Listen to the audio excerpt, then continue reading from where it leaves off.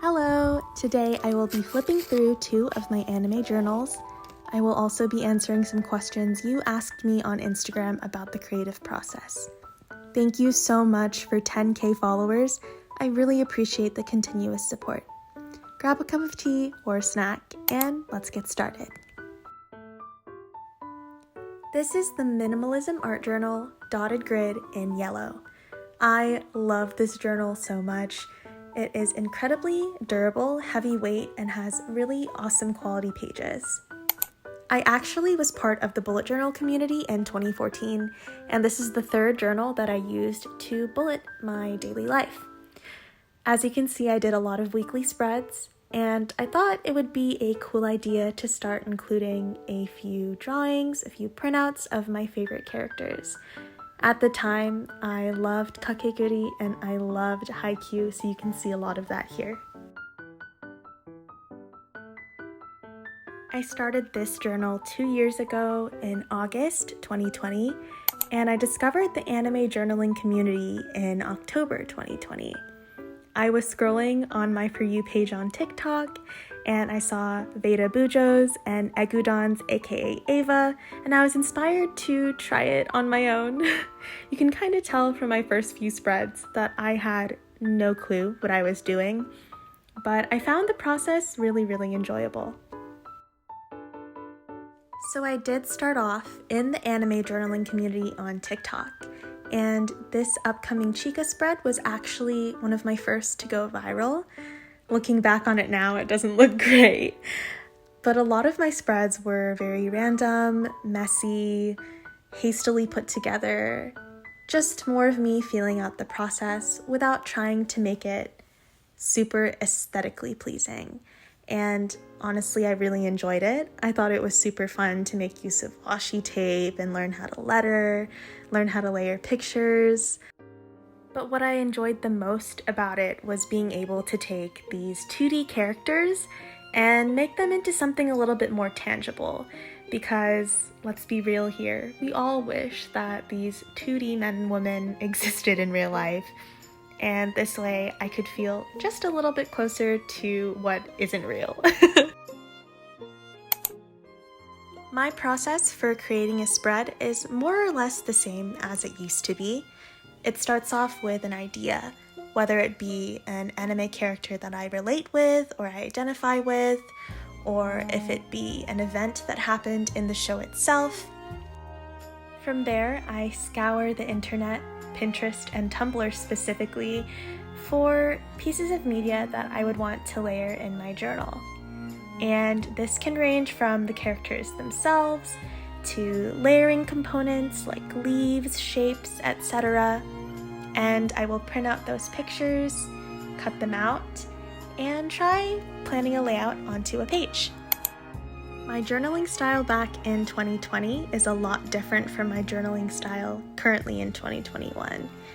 I used a lot of maximal components, and I really enjoyed playing with floral and botanical themes, and even my handwriting was different. I feel like my lettering improved drastically, which you'll see later in the video.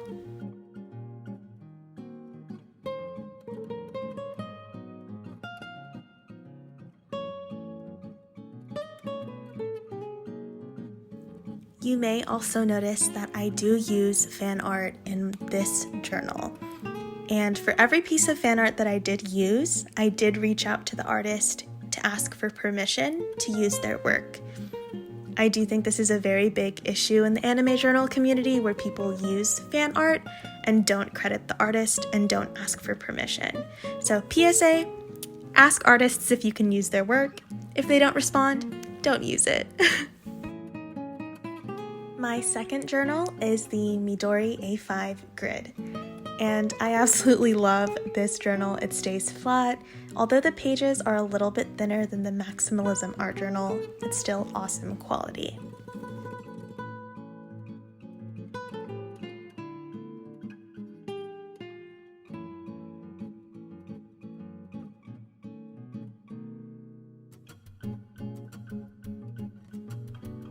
This journal also captures my shift in style. A lot of the spreads I created in this journal are more minimal, a little bit cleaner, and I use a lot less washi tape than I used to.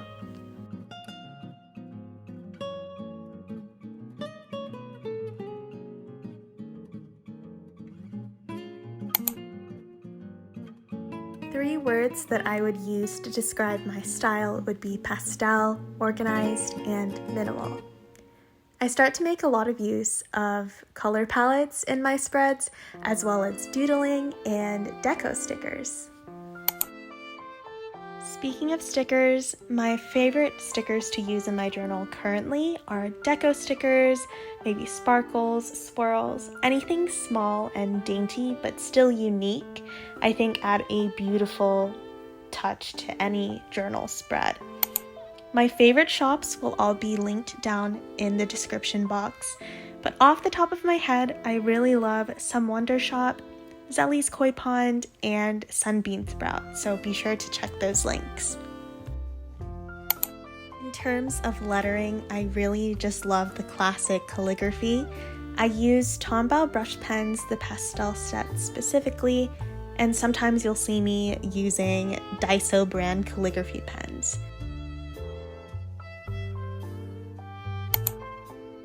To add more dimension into my spreads, I use a lot of scrap paper, such as doilies, pages that I rip out from old books, and tracing paper. I love tracing paper. You can see it in these spreads specifically. I just like how you can see through it, and it gives a little bit of a foggy texture to the page.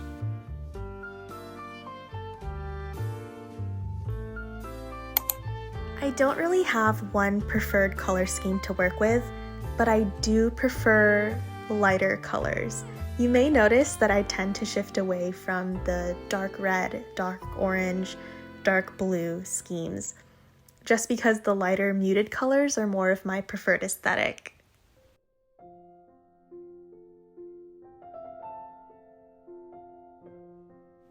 I push myself to journal at least once a week. These days it looks about 2 to 3 times a week.